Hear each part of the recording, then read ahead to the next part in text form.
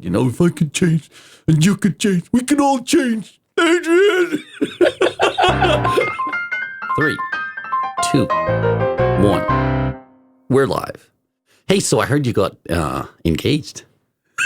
What's with that? I have a ring to prove it. Yeah, you got a ring? So I also heard that that's like the ugliest ring ever invented by man. This is true. Well, welcome to the show, Angela, the fiance. Most of you have met her on the Tohoku show before. Thank you. Thank you for having me. Yeah. It's very exciting to be here. I'm very excited to actually get to talk to you, and because I've spent a lot of time with you over the last 4 months now. This is true. It's very true, yeah. She recently moved in. If you guys have been tagging along on Facebook, then you know exactly what's going on in our lives. But more so importantly, we have a couple topics that we're going to go over today. Yeah, I want to talk about your life and your life story, and also about what you do in life. What is your job? Like, could you explain it to me in layman's terms, because I still don't understand it?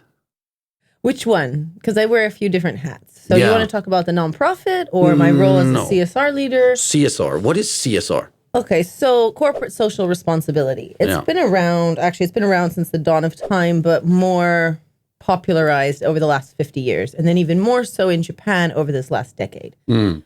So my day job is for an international company, and my title is CSR Senior Manager, and I manage the social and environmental impacts of the company.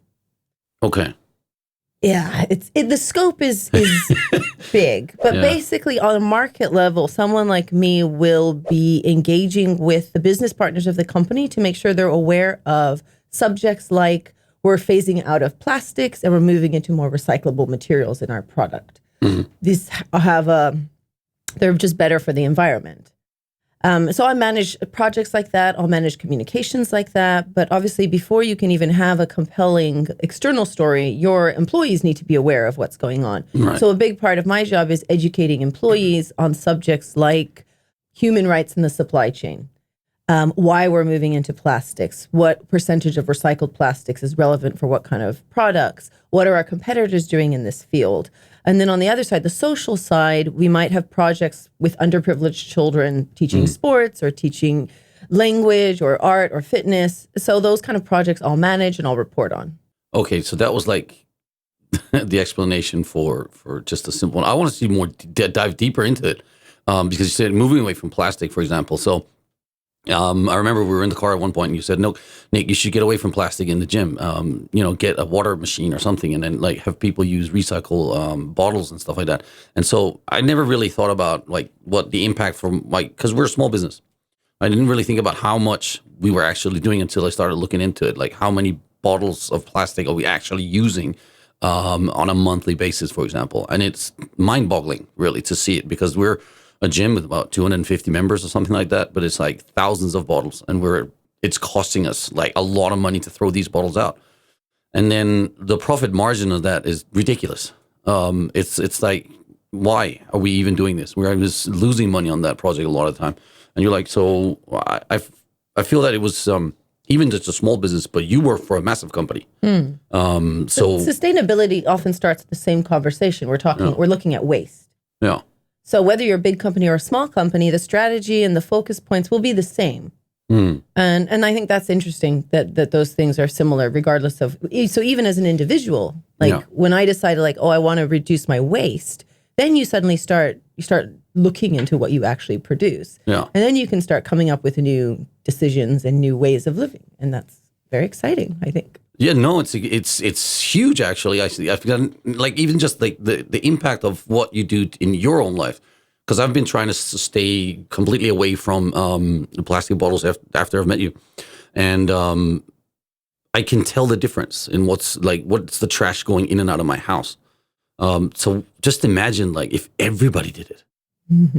Right? What gets you excited about it? I see your face lights up now. I have a friend who started a company last year called MyMizu, and they have exploded this year. They're working with huge companies, they're working with universities, and their whole mission is they created this really cool app. So you can track how many PET bottles you've not used, and that will calculate how much CO2 you've reduced. Wow. So these topics are becoming more and more commonplace. Like in university now, everybody's studying them. And there's so many different reasons for why this is so like compelling now. So the companies that I work for example, of course, everybody wants to be a positive impact in their employees' lives and in the people in their supply chain. But also there's a lot of compelling business reasons for why companies are moving over in this direction. Mm. But it's exciting because it's change, it's growth, it's evolution. And that part of humanity and that part of society has always just fascinated and excited me. Wow. Tell us a little bit about how you got involved with it. Like, how did it start for you? Because you started as a teacher in Tokyo, right? Yes. So I started my career in early childhood education, and I was teaching at an international kindergarten. And then in 2011, March, we had the triple disasters of Tohoku. No. Now, my brother was living in Sendai at that time. So I had a younger sibling that was directly impacted, him and his wife and their daughter. She was just 3 years old at the time. They evacuated. My sister used to live in Fukushima. So as the news started sharing the horrible, reality of what was going on, I started to think about the people that I knew in these towns. And then I think the pivotal moment was when on the 14th of March, we got a call from my father saying, I've been hired as a driver for some journalists. I'm in this town called Minami Sanriku, and it's my first time talking with survivors, and they have needs. They need T-shirts, they need clothes, they need hand cream. These are all really simple items that we felt like, we could probably get that together for them. So my siblings, my parents, we launched a volunteer group. Well, I thought it was just going to be 2-3 weeks and then I'd come back to Tokyo. But one thing led to another, and I ended up resigning from my position as a teacher, and I started a nonprofit. Well, now that we're there, we might as well dive into that story. So your nonprofit is called Place to Grow. And like you just told us, like your dad was there on 2 days after, in Minami Sanriku, where everything was completely devastated. What is it that drives you to, because eventually I hear that you almost left your daughter and just like drove into this. I didn't leave my daughter. Not leave her, but but I did have to leave her for a time. It's true. The first 6 months, I think I only saw her 2 or 3 times. So in the beginning, it was just seeing that much devastation firsthand. Like it's incredible, and it destroys a part of you. I've never seen Japan so crumpled, like literally eviscerated. And then you hear the stories of what people are going through. And it comes down to, should I be helping them or should I not? Because if I was in a position where I didn't feel like I was actually bringing any value, I would have said, okay, great, I'm bowing out, I'm returning to my former life. Yeah. But I was in a position where if I chose to, I knew that I could make a huge impact. Yeah. So I felt like I should. And then the other aspect was just that for the first time in my life, I felt so confident because I was so good at it. Like coordinating, being under pressure, like busy days, unloading trucks. Like it just all came so naturally to me that I think that also made me feel kind of excited about this work. Yeah. So it was just a brand new passion. I just completely stumbled onto it. So I had the pleasure of going on a trip with you last year where we drove our bicycles from Hachinohe down the Michinoku Trail, or like kind of leading it very close to We tried to get on the Michinoku Trail. but we ended up on the 45. Yeah. The whole way down, all the way down to Soma, Minami Soma, right? So that's like a 540 kilometer ride. You did good. Yeah, I did pretty good. Thank you very much for letting me tag along. I remember we spoke about many things, like more specific things, like some of the memories you had, for example. I want you to take a little dive back into some of that stuff. From the beginning years? Yeah, in the beginning. I mean, and also leaving your daughter in Tokyo must have been hard because she was very young at the time. Yeah, she was 8, I remember. So I have this weird memory sitting at Roppongi Hills Tsutaya Starbucks. This must have been, I think this was the 14th of March. Yeah. And I was reading a newspaper, and there was already a story about some survivor and how her daughter, junior high school daughter, was swept away they were both sitting in the car, and they went to get out, and the mom survived, but the daughter literally was just swept away, just pulled out. And I remember just empathizing so strongly with this sense of like what it would be like to lose a child or a sibling. Yeah. And then, of course, my father called, and we were like, okay, let's go. We get up there, and it was amazing. Honestly, it was like the most intense 3 days and most productive, intense 3 days I've ever experienced, where, my mom was at home cooking. My younger sisters were watching the kids. I was out talking to companies, asking for supplies. My brother-in-law had set up the Facebook page. My sister-in-law was asking for donations, and everything just worked like magic. And then before I know it, I find out that one of my old colleagues, his name was Yosuke, and I used to work with him, like one of my first arubaitos or part-time jobs in Aomori. He was in that town that we were going to. And I was given a package of newspapers and letters from his grandmother. And they said, Ange, can you please take this to Minami Sanriku? Of course, I thought, that's such a ridiculous ask. How am I supposed to know where this person is? And then I sat down in the truck and I looked down and I suddenly remembered him so well.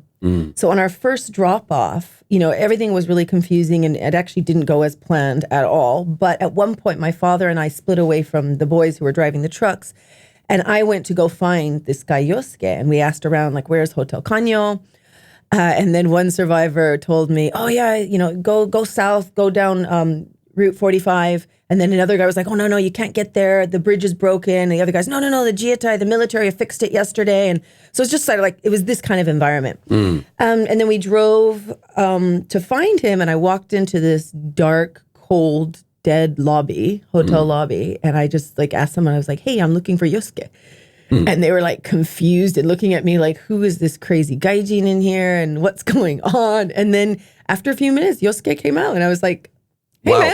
I was like, hey, I brought you some letters. And he was just dumbfounded. He was just like staring at me like, what?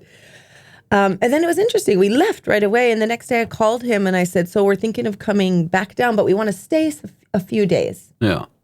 Because we need to know what's happening in order to provide the right support. And the way he responded was just, yes, you guys can come. Please come.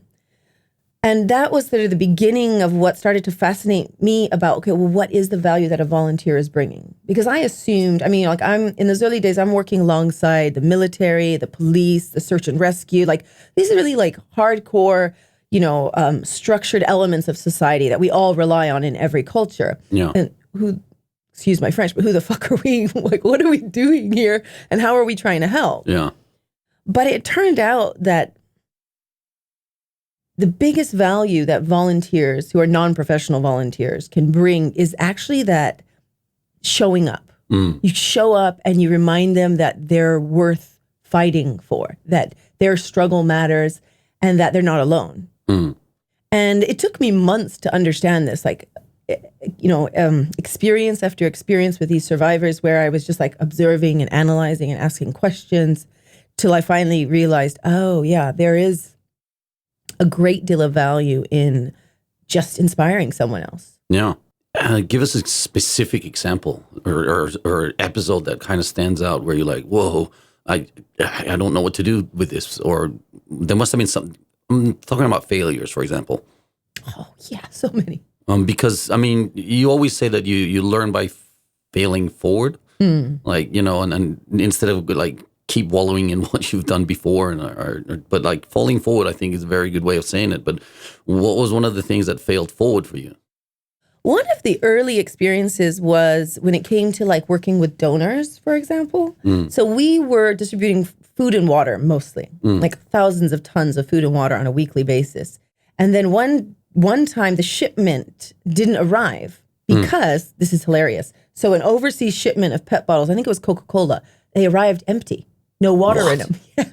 So that, of course, impacted the whole schedule. And so at the end of the day, we were there with like, oh, there's no water this week. And that put us in an awkward position with the local, communities. And my colleague at the time, like, flipped out. And I got all panicky. And so I emailed our donors and I was like, you guys really need to get your shit together. This can't happen. And I was really critical.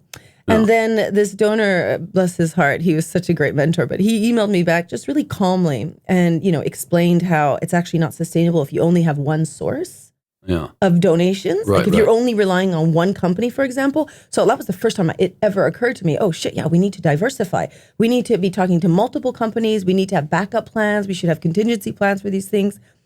And so it was a huge learning from my part. But and I also learned, okay, never email late at night after you've had a couple beers on a stressful day when everything has gone to shit. Like, just make a note and do it the next morning. Yeah, I think I can. I've done that a couple of times myself. But so anyway, you got started with the CSR and worked. How did you? So we kind of got off track on that one. Yeah. So I jumped from education to nonprofit. So social impact is what it's kind of called now. Yeah. And then I spent the next 5 years developing different projects that would help the larger communities in Minami Sanriku recover, like economic enhancement projects. We did a farming project, a lot of events. You mentioned the Santa Soul Train earlier. That's just a community What is festival. The Santa Soul Train? It's a festival. It's like a 3-day holiday festival where people come together, they dance, they drink, they eat. Their kids get on stage. There's a, like a raffle draw for the adults. They get presents. Santa comes. And it's connected, like all these different communities are connected. Mm-hmm. So children are making cards for kids in other communities. Oh. And presents are being exchanged. And people are visiting, usually before COVID. Obviously, volunteers would go there from all over the world. Yeah. So it was just this really inspiring 3-day festival. And then you guys made that all yourself. What's the naming? What's behind the naming of Santa Soul Train? So it was just called like the annual Christmas ball or, something for many years. And then in 2014, we had a TV personality come and join us as the MC. Wow. And his signature activity was this a soul train dance. Oh. And, I had been wanting to find a way to make it more lively. And then this year, hundreds of kids were standing, dancing, the whole banquet hall, 500 families are here. Yeah. And everyone's in this big train going around. And then it stuck after that. It was the Santa Soul Train. And, my friend Stuart O, who was this celebrity, he brought so much energy that we kind of changed the whole thing to just fit his image and his inspiration. Well, that's a successful story, right? That's really cool. That's a really good one. Yeah. So we started all these different community rebuilding projects. And then in 2015, that was when I decided everything was changing. So also the 3/11 disaster really kickstarted the scene of corporate social responsibility in Japan. So Japanese companies in particular, but also international companies, were sending volunteers, employee volunteers up there on a weekly basis. And they were doing a variety of different activities. So I started becoming a coordinator. Yeah. For that. A lot of different companies reached out and I designed their CSR activities for the year. And that was the first time I heard of this field. So then I got really interested in it. And at the same time, also universities were asking me, please come and talk. What is social impact? Because students were obviously hundreds of Japanese salarymen have quit and now started social enterprises in Tohoku. And there was loads of grants out from the government too for entrepreneurs. And it was an interesting time. But also we were running out of donations. Oh, okay. We were running out of donors badly. And I was just a bit overwhelmed. I think I was hitting burnout. Yeah. So I decided that I wanted to get a more stable job. And my daughter, I think at this time, she was going into middle school. So I needed money to pay the bills. Yeah. And so then I looked around and there were no positions available. So I decided, I should probably start my own consultancy company because I noticed it's not something we have in Japan. So I spent a year planning to start and launch something that would be my own consultancy firm. And then I went out with some of my girlfriends and she was in recruiting and she's like, H&M is looking for a CSR manager. Oh, wow. And I was like, yes. I could do that. But it was really interesting because if I hadn't spent that whole year researching the industry and what are corporates doing, what are the trends, I wouldn't have been ready for that job. Nice. So it was kind of, I always say it's luck is when preparedness meets opportunity. Yeah, absolutely. We say that in sports too. Do you? Yeah. That means you got to be very prepared to get lucky. Means you got to train a lot.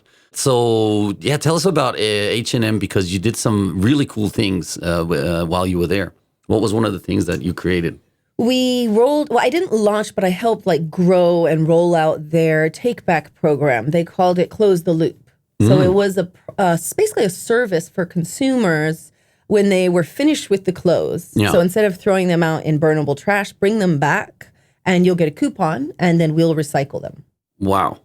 That's really cool. I didn't even know this was a thing. So you could do this at any H&M store? Yes. Does it have to be H&M clothes? Nope. It could be any anything. clothes? It could even be towels. What sheets, do they use? Any sort of fabrics. What do they do with them? So they work with a global recycling company. It's a German company called iCollect. And they have a global infrastructure where they take clothes If it's still good, because a lot of clothes is still good, they sell it to the secondhand market. If it's slightly ripped, it can be downcycled or it could even be upcycled. What's a downcycle? So downcycling is when you might take like that T-shirt and it's so ripped up that I'll take it and I'll use it for something less valuable. So it might become a rag. Upcycling is when I take it and I turn it into something more valuable. Okay. So I might take that and let's say turn it into a quilt along with a lot of other fabric, and then I can actually sell that for more. So, and then there's downcycling, and then there's a small percentage that just, it's like, you're talking about like fibers. Yeah. And so that actually gets like vacuum sucked, and they create like these bricks. They're called sludge, and that actually gets sold to the construction industry. What do they use them for? I don't know. Oh. I think they go inside walls. So they're basically like bricks, but made out of, tiny fabrics of cotton that have been like squashed together. Or often what they sell this stuff to is the automobile industry, and it gets used as insulation in the car door. Hi. Yeah. Interesting. So there's this, it's just opened up for the whole portal of like a line of thought and questions and everything. It's like, so what happens then? And then what happens there? But this program I think is fantastic. I'm definitely gonna check it out and see if it actually works. Go down to an H&M store and say, "Hey, take my clothes." Now you go to you can go to Gap. They have one. Zara has one, because it's also now become a great marketing tool to show that you as a company are moving towards more sustainability. But when we launched that at H&M, it was like the first brand to do so. So I had managers going like, "I don't want to spend time teaching our staff to do this," or it's like, "It's difficult to empty the boxes every day. Why are we doing this?" And so I visited every single H&M shop in Japan. Wow. One by one, and had meetings with every store manager and their assistants, and we set up like a whole structure for the employees to learn. Cool. Very cool. And then so you ended up in Adidas after that. And I want to know about this, what do you call it? What does Adidas do for it? The social impact of how can you have changed a company's infrastructure there? Like Adidas? Yeah. Like what are the things that you've done there, for example? So I helped them do the exact same thing with the exact same German recycling company. Oh, wow. Yeah, I remember it was so funny. And I met Christoph was the leader here in APAC. And he's like, "Oh, so this is another way of growing sustainably. You just have the CSR managers move companies."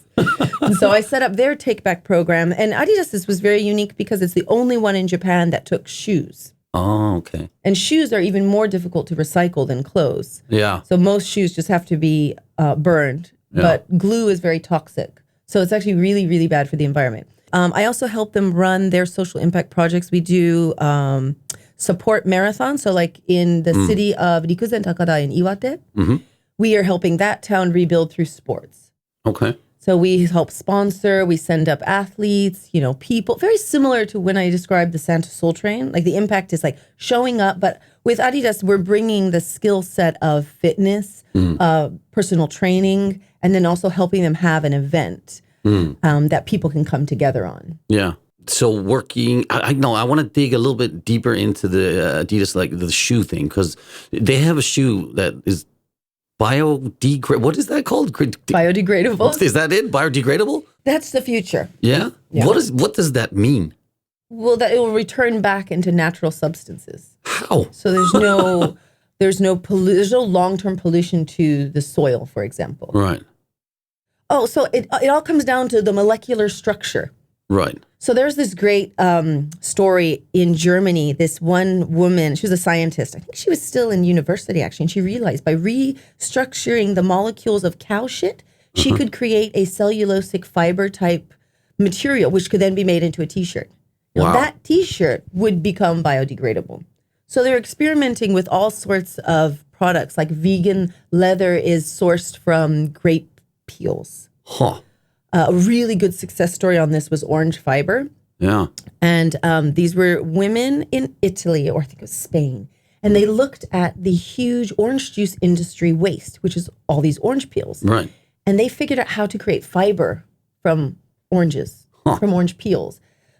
So in a like a circular economy, which is what we're talking about, let's say there's the orange juice industry, their waste can be sold to another industry that then extracts what they need from it. Right. So in this case, the orange fiber takes the pulp, Yeah. turns it into fiber, and then that can be donated, for example, to a fragrance industry that is going to use it for orange, Whatever. perfumes or Yeah. something like that.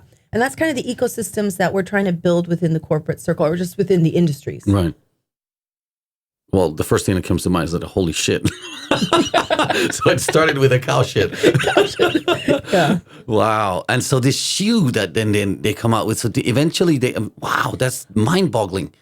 To The think one that, that's on the market now that's really popular is the Parlay shoe, which is made from recycled ocean plastic. yeah, tell me a little bit about this ocean plastic, because someone told me that they found plastic on Himalaya or something like all over, like the Antarctic and stuff. They found microplastics. In snow, in mountain places and stuff. So the big problem right now is that most of the plastics don't just fall apart and turn back into nothing, right? They're toxic. They turn into these tiny, tiny pieces of plastic that fish eat, then we eat. And then there's this negative circle there, and we don't know the ramifications of what it means to have toxic substances in our bodies long term. Right. And that's the drive to move away. The other drive is that there's just so much pollution. Right. So much pollution. And, let's go back a few thousand years. It was the air and the sea that nobody really owned, right? Right. We made our little life borders and we were kind of protecting our own spaces, but we just were like, we could forever throw garbage into the sea or into the air. Who cares? Yeah. And it's only been these last 50 years that we've seen the impact of that. And so it's really just to stop the waste that's just so prevalent in our oceans. Right. Because also, if the oceans die, we all die. Yeah. Well, they say they're the lungs of the world, right? Yeah. So, fitness. I mean, you're working for a sports company and you look very fit. I mean, what is fitness for you? That's a really vague question. Yeah, What I know. is fitness? No, okay. So, yeah, let's talk about that a little bit. What defines fitness for you? If you had to give it 3 pillars, what would it be for you? Oh. Because everyone's different. So being active, I suppose, the active lifestyle, diet, nutrition, whatever you're eating. And then I think it's relationships. Oh, really? Interesting. Yeah. How's that? Well, because, so when I was a kid, my dad used to always say, was it eat right, sleep right, and exercise right? Yeah. And then, you have the body.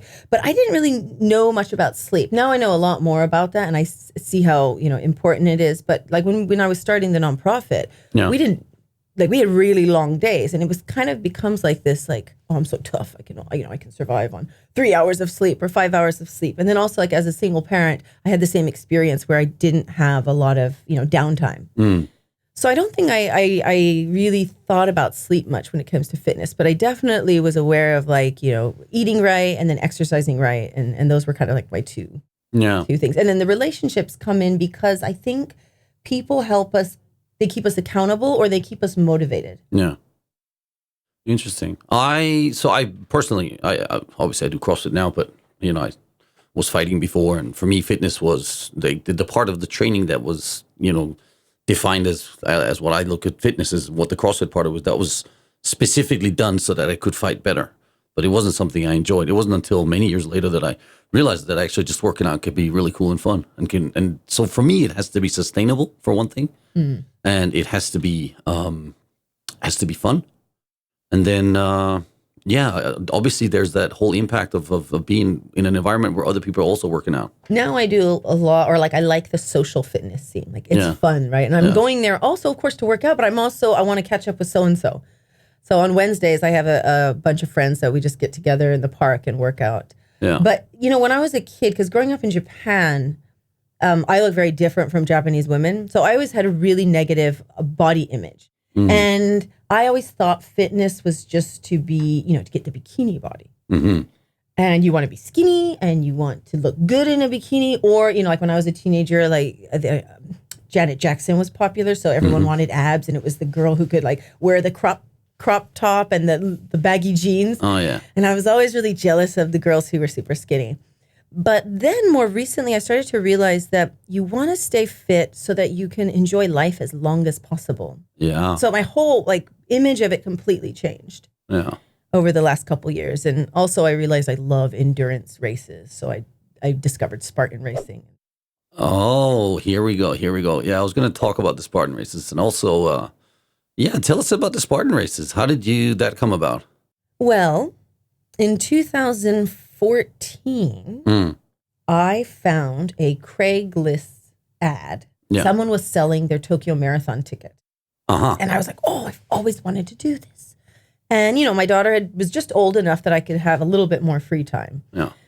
So I bought it. And then I wasn't sure if it was going to be a scam. So I just kind of sat around over the holidays. And then January comes and I get a text from this lady going, okay, I picked up my ticket.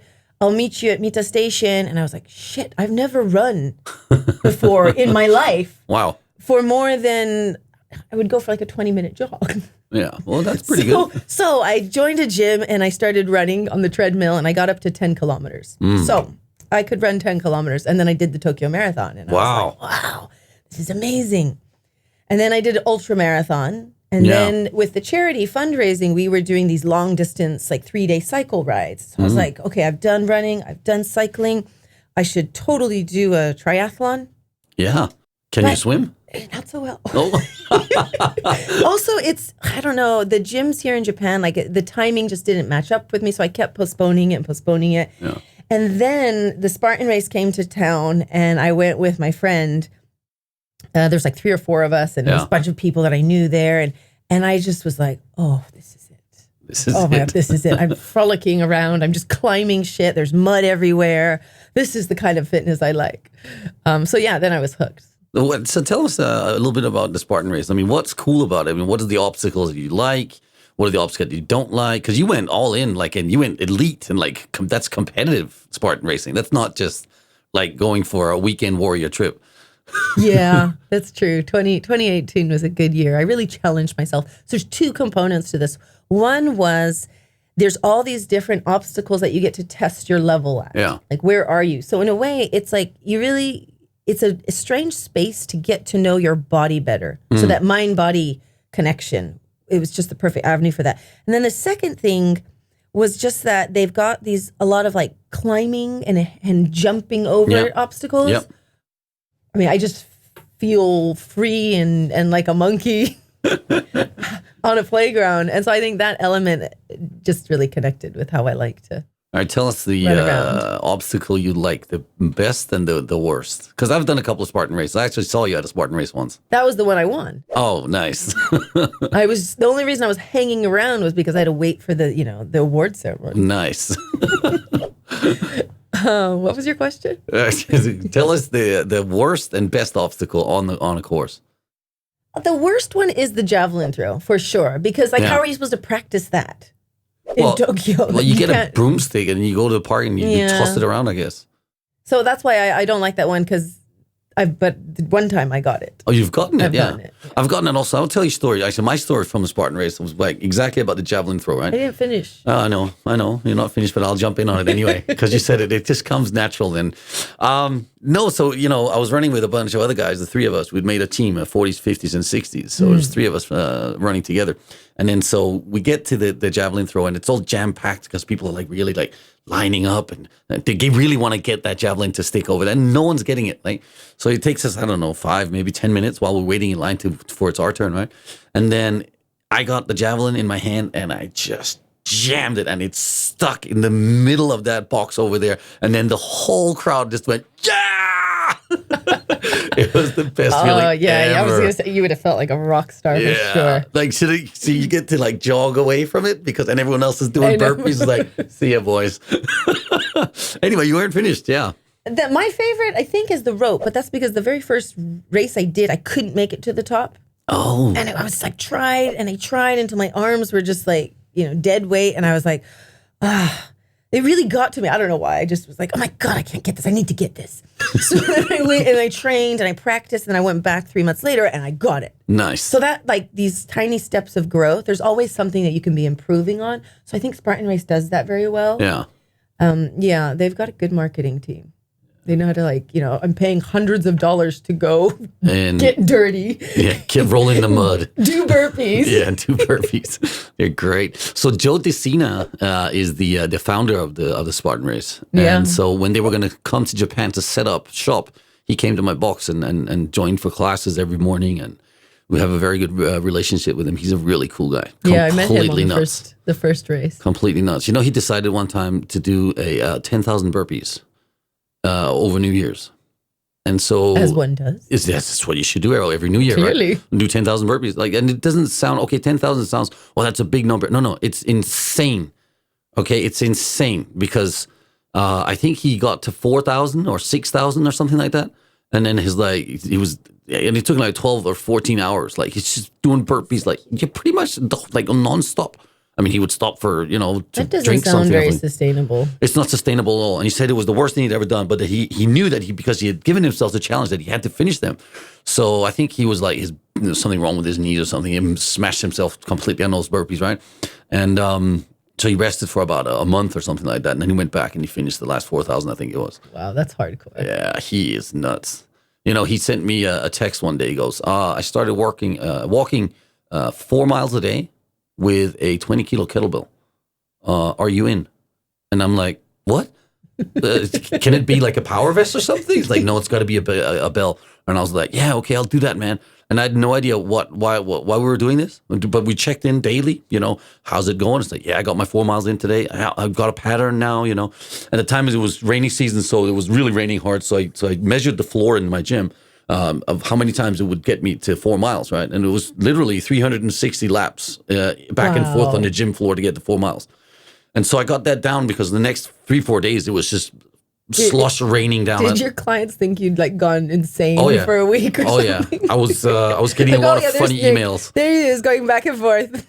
Yeah. I got it down to that. It took like an hour and a half because you're walking with the kettlebell, so you're losing your grip strength and it's getting hard. So you switch over and then but then after a while, you know that you could one lap and then just switch it every lap or half lap or whatever. And then I could keep going and it took me like an hour and 5 minutes, something like that. So overall, was it good? You enjoyed it? No. So that went on for about 3 weeks. And think about this, because you're offset the whole time, right? Your knees are getting like squashed like wrongly. Your hips are getting squashed wrongly. I got 2 replaced hips. So, I mean, everything really it was not the right thing to do is what I'm trying to say. It was very stupid. My knees blew out. And I literally had water retention in the knees for the next year. Oh. Yeah. I ended up fail forward. PRP injections and getting over that and dealing with injuries and stuff like that. But yeah, the challenge was fun. I mean, it was just something stupid, It's like something that doesn't make sense at all. But he's just that kind of guy. Well, then going back to your earlier question about what is fitness, it's also that challenge. Fitness is a great place, probably the only place I've ever really experienced that kind of self-challenge. Yeah. And it does take you places. So it definitely, I feel like now it's really what my dad said: eat right, sleep right, and exercise right. It has to be part of your everyday life. Yeah. And before, when I was like too poor to go to the gym, I always said, well, I live with a bicycle. Like I don't use public transportation, so I'm always cycling. So that should be enough. It should be good. But when I think about it, I think my father, always made sure that we were running around or doing some kind of exercise. And so that just kind of stuck with me and with my siblings. Like, we're all very active and we really enjoy sport and adventure. Snowboarding in the winter, soccer. Water skiing in the summer, everything. Yeah. So you kind of briefly went there for a little bit back when you said you also did an ultra marathon. I want to hear about this ultra. How long is it, and how excruciating is it? And tell us some stories there. It was excruciating because of the sun. Oh. So it was out in Nagano, I think, Nobayama Marathon, and a beautiful little sleepy village. I think there's one event is the entire economy of that town for the year.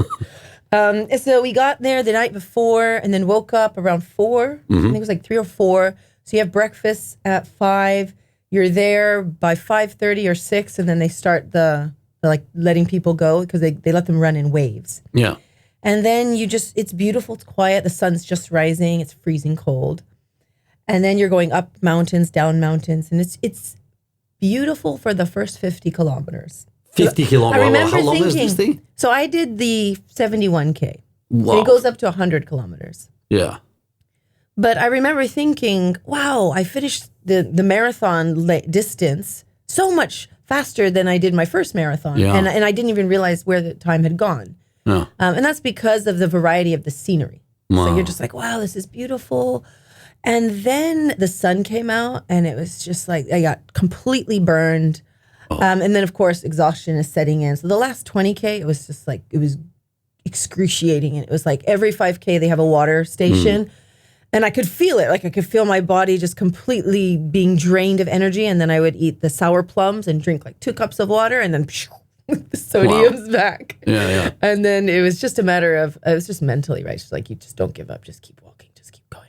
And don't walk because then it's just so hard to start running again. Yeah. It took me 9.5 hours. 9.5 hours. Solid running. Or limping. But so, I mean, you can't run for 9 hours. No one can run for 9 hours. You must have walked sometimes. How did you deal with that? We had one break where I remember we actually sat down and like munched on power bars and stuff. But then in the end, we were just sort of like we were holding hands and we were just kind of like, just keep running, just keep running. Wow. And then I remember crossing that finish line and being like, oh my God, I've never felt so happy. Like just, and it ends at this beautiful hot spring. Yeah. But I couldn't walk for like 4 days afterwards. I was so sore, and I had to travel. This was when I was at H&M, and so I had to take a plane to Sapporo the next day. It was horrible. Wow.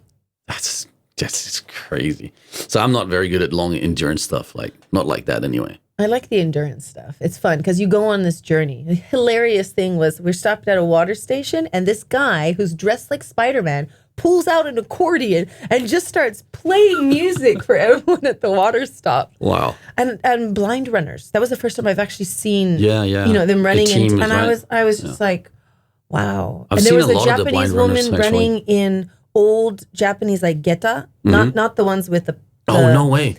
The heels, but the straw ones. Yeah. Why would she do that? And a Japanese like old-fashioned farming hat. I don't know. There were people like her all feet must have been types. completely smashed up from that. I wonder. Yeah, actually, now that you said straw hat, I just remembered this. The Spartan guy, Joe. He says, "We're going to the mountains, Nick. Here's a list of things you need to bring."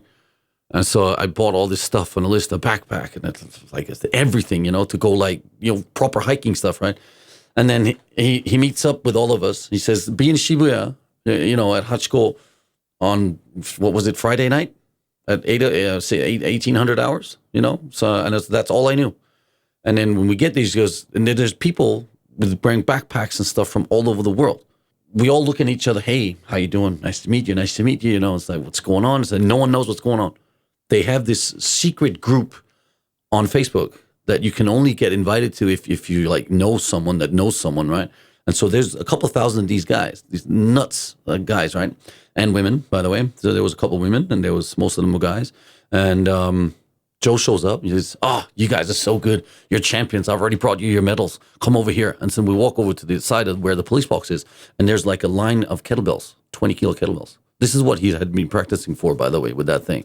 And then just started there. And so it's this death march race. I have no idea what it was planned for. So we ended up walking all the way through Tokyo in the middle of the night, and got to the Tokyo station.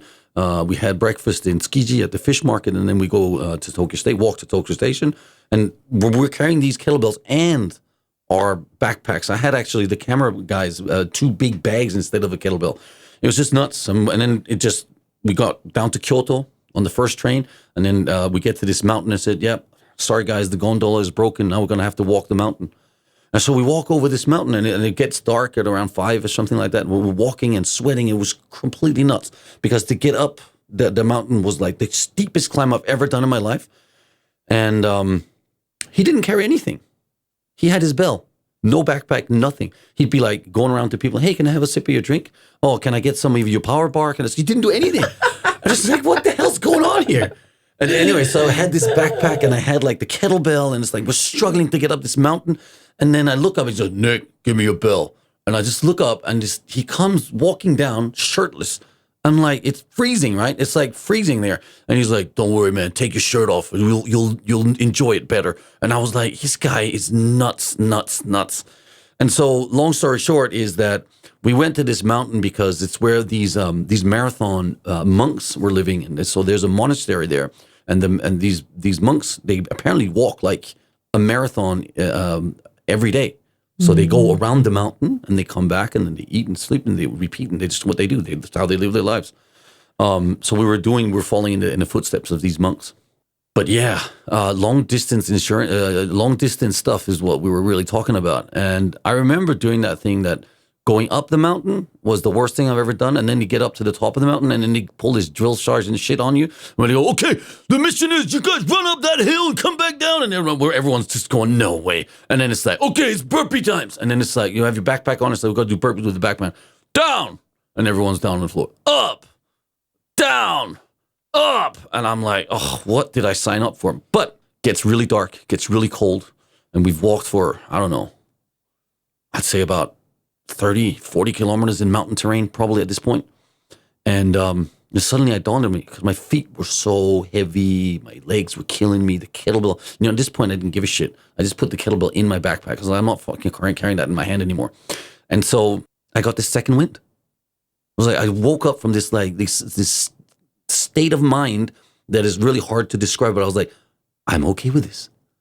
Mentally, I'm actually okay with this. So I don't know. Maybe it's something you feel. There's this euphoric moment where you get that point where you hit so for me, it always happens, and it's just this resistance, physically and mentally, where you're like, "What am I doing here? I don't like this. This is uncomfortable." And then you go past that, and suddenly you're somewhere else. And I think it's exactly what you described, where you realize that there's a calmness. I think there's a mental calmness that comes with endurance exercises that I find wonderful. He said that his mission to do, and they called him what? The Agogi. So he called him the Agogi. And the Agogi is taken from the actual Spartans, which that's what they do. Well, that's the time of period that is their training before they become real warriors. So he's got some cool things, this whole Spartan thing. I like it. He did good with the branding on that one. Yeah. He was also a former Wall Street, so he knows his stuff. Although I have to say, nuts. When it comes to the Spartan race, the one thing I didn't like was, so in the open, it's all men and women mixed, so it's fine. So there's like 200 people, and you're like, aru, aru, aru, and it's great. The elite men, also fine, because there's a couple hundred, and so there's like some energy. There's like 8 of us elite women, and so it's like, aru, aru. And it was just like, oh God, please don't make me do this. And everyone's like all pumped up there, and I'm just like, oh my God, this is... Yeah.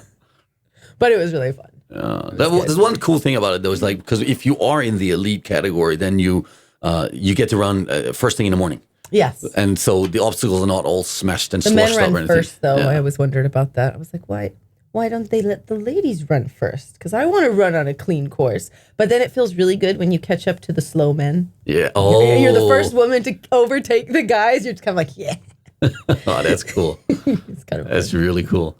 So the obstacles, like, for example, like if I had to say some of them, the ones that I like, I mean, for me, the rope climb is easy because we do it in CrossFit all the time anyway. So I was like, I wasn't really impressed by that.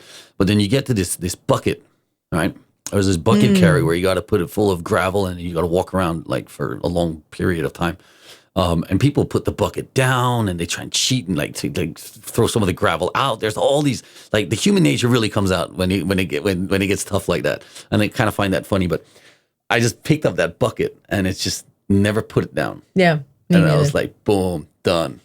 And then just start running. I really liked the bucket because you're exhausted in sort of the upper body from the monkey bars and all these other things. And then when you do that bucket, you have to use your core. So I noticed that if you change your breathing style, you can just like sail right through that one. And so I liked the variety of the different exercises, and I loved learning about breathing.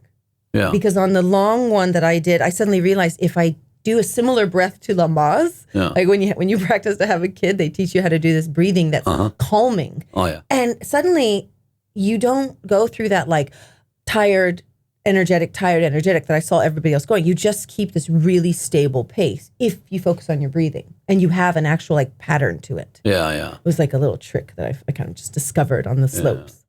On the bucket, it was just like, it was grip. It was like, if you get the right grip on it, you just kind of sit back a little bit and then just like do these, like, I don't know, like Smurf steps or something. That's what it felt like anyway. I would just keep walking. So you start taking people over and stuff, and it's like you see people that put in the bucket down. It's like, I liked the monkey bars because those were also ones that I couldn't do at first. Yeah. And then I had to actually work on upper body strength and practice. And then you can when you can do them. It just feels great. So two kind of monkey bars. There's one with the flat bars, and then there's one with the Took me rings. forever. I was convinced that it was a mistake. I was like, these are too far apart. Yeah, no, they are for too a far female apart. body. Yeah. But then they were like, well, women can do them. I mean, obviously, I've seen the winners do it. So it took me, I think, like a year and a half to finally get those ones. Nice. Actually, that takes some serious dedication to training for that. Yeah, well, that's why it's fun because I'm with friends, right? So we're all showing up, and then we go to the races together, and then we just enjoy it. Cool. I'm gonna go a little bit off topic. Like we're gonna change the direction of the talk a little bit, but you raised your daughter pretty much by yourself, and you were never married. I want to ask you how that has impacted you, and there's some of the struggles you've had with that, and also some of the upsides to it. Like, what's the coolest thing about that, for example? She's mine. There's a little bit of pride in that. Yeah. It was difficult because she wasn't planned, right? So I didn't get married. Yeah. But let's see, what did I struggle with? Everything. Mostly guilt. You know, I was very lucky that I had siblings nearby, and they really helped. So I don't think like I raised her by myself, because without that community, I don't know what I would have done. But it was difficult. And then I didn't have space because she came to work with me when she was really little because I was in education. So it was just her and I all day long. And then when I would want to, let's say, go out with my friends or go out dancing, I used to really love going out. I love parties, right? And, you know, people would just look at me with that condescension of like, you really shouldn't be doing this. You should be at home enjoying flashcards with your child all day long. And I'm like, well, what if I don't like doing that? Like, I honestly don't like sitting around just reading storybooks. Yeah. So I had a lot of guilt around being a parent. And I think that made it difficult because then I was sort of, I would try to overcompensate. And so I was maybe a little bit less tough on her in the early days. So she was a total brat. In the beginning, even my brother would be like, just get your shit together. So, but then, you know, we are really close now. And so, yeah, she just turned 18, so she'll be 19 this year. Wow. Yeah. She's a great kid. Yeah, she's very, how do we say in English? She's very thoughtful, right? And she's got both like the Japanese traits of like attention to detail, and they're kind of like, they want to be perfect with everything. But then I think she's going to come into her like Latin side a little bit later. Okay. I think so. And then she definitely has, like when we go back to visit the US, I know that she feels connected there. And she's definitely got adventurous side because I used to take her hiking. Like we used to go hiking every weekend. She would ice skate, she rollerblade, she played basketball, she swam. She started walking at 8 months. Wow. So she was always just like all over the place. It was exhausting. Well, look at where she came from. So, I mean, no wonder why. I suppose. Yeah. But I was conscious about the things that I really wanted her to have certain attributes or mindsets. Like I didn't want her to be too shy to not speak up for herself. Yeah. And there was a lot of things that like I had issues with as a child that I was conscious about. How do I mitigate those for her? How do I make sure that she doesn't like have those same traits? And how do I not pass those on? I think you did a fantastic job, though. Thank you. You know, the Tokyo Talks is also about, you know, experiencing cool things and meeting new people, obviously. I think your story is fantastic. But I want to ask you if there's anything, because you've pretty much been here all your life. And you also speak Japanese, which makes you uniquely bicultural and also bilingual, which I find fascinating. Because we could be doing this in Japanese. It would be a different story. It would be a different conversation. It would be completely different. Yeah, which is kind of funny. But, I mean, is there something about Japan, even after all this, even if growing up here, that you just don't understand about it? Is there, like, something that just, like, goes, okay, this is something I would like, you know, to change in this country? Yeah, I don't like how it's like it has to be perfect or it's nothing. And there's so many different ways that this is integrated into their society, and because it's a shame-based society. So, like, I would really love if they could loosen up a little bit around that, like, just be a little bit more okay with taking risks. Like, from a business sense, right? Yeah. So many times in the business world, I hear from Japanese colleagues, like, as we're building a roadmap, let's say for a project, they don't want to come out and have an audacious goal.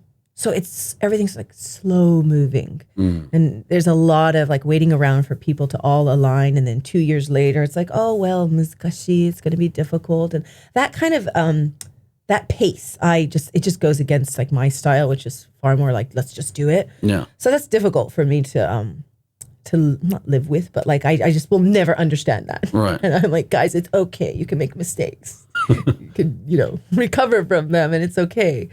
So, but I do hope that will change. Yeah, it just seems like when you get the bigger the group of people that gets together, the less like decision making gets done.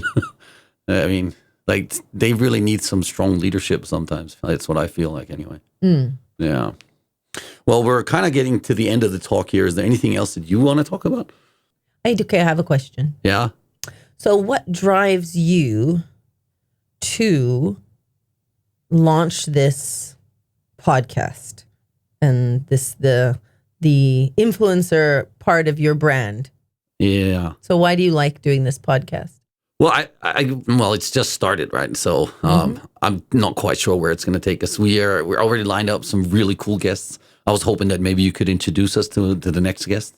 Oh, yeah. Okay, I could come up with a couple names. Yeah, I think maybe Stuart O would be good to have on the show. Yeah. You can give him a call. Yeah, that'd be cool. Also, we have Konishiki coming on the show. Oh, that's exciting. Yeah. He came up for Santa Soul Train one year. Oh, wow. Yeah, he was our even Santa. Cooler.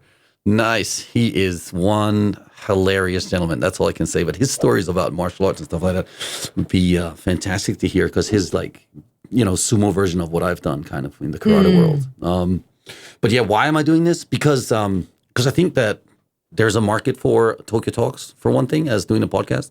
And also I want to inspire people and get inspired by like listening to your stories, for example. I'm very inspired. Like it's so inspired that I'm changing the infrastructure of my gym to get rid of plastic bottles, for example. And I think that if you can have that kind of impact on someone like me, then there's got to be more people out there that watch the show and listen to the stories and they also get inspired. And then I think it's about global community somehow. If we can make a small change, and like Rocky said it, if I can change and you can change, we can all change. Adrian! But yeah, I think that there's, and there's stories out there that really are unique to people who are bilingual and bicultural for sure. And it's definitely something, and it comes back to relationships, and all the kind of people that I've been with until I met you. It was just Japanese, and I was happy and content with that. But I was also I meant relationships, like all types of relationships, like the relationships you have in your life. Well, yeah, even romantic ones, but even it's your relationship with your brother that will impact the way you do fitness, or your father, for example, because they'll teach you things. And so when I'm talking about like another like pillar of fitness, I'm saying it's that community, it's that the people that you surround yourself with. We don't talk about this much actually in society. I don't know why, but my work in Tohoku has given me this really interesting point of view, because I literally had front row seats to watch what do people do when everything is gone and they're starting from zero or even below zero. They have to rebuild homes, they have to rebuild friendships, they have to rebuild connections, business partners, all of that. How do people connect and interact? And and I guess I was thinking it would be something really complex and like, I don't know, the government would manage it.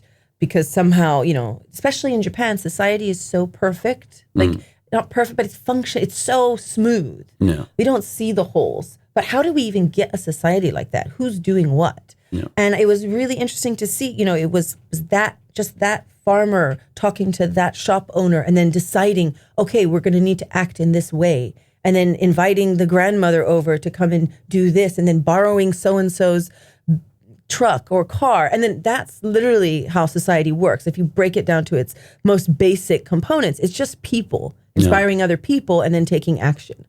So then, of course, you can get mass movement on that. But I forget where I was going with this rant. No, I think I actually know exactly where you're going with this rant, because, through all these experiences in Tohoku for you, you have written a book. And actually, I want you to tell us a little bit about the book. What's the title of the book? It's called Place to Grow, 8 Principles That Will Make You an Effective Leader in Social Impact. Say that 3 times real fast. Boom. Something about a social impact leader. Yeah, it's 8 principles that will make you a leader, an effective leader. So I extracted like 8 key mindsets that I learned through the last 10 years that I think if you can get that mindset, and I give stories of why I learned this, you'll become a very effective leader at motivating people, bringing people together. One of the hardest things to do is bring people together and then actually get them to act towards one goal, right? And then even if you can do that, maintaining that is a whole other ballgame. So leadership is something that we throw around a lot these days, like it's a buzzword. But the reality is that, you know, as a leader, if you can make a space for everybody else to grow, then people will follow you. So that's what the book is about. But it's very much about in the scene of social impact, like how do you work between stakeholders, companies, nonprofits, community leaders? How do you lead volunteers, for example? Because everybody's got an ego, and nonprofit world is no different. So how do you settle arguments when so-and-so wants that? Or when donors get pissed off, how do you manage that? So like PR, just everything really about getting people to move. Really nice. And with that, we're going to call it a wrap. Thank you very much for coming on the show. And I look forward to hearing you calling Stuart O. I'm calling out for Stuart O to come on the show next time. He would be fantastic. I'm sure he'd be very excited to join you. So thank you for having me. So, Tomodachis, Extreme Tomodachi, and also patrons now. Thank you for watching the show. Make sure to go over there and look on patreon.com/The Tokyo Show if you want to become an Extreme Tomodachi or just even a Super Tomodachi. This was the Tokyo Talks.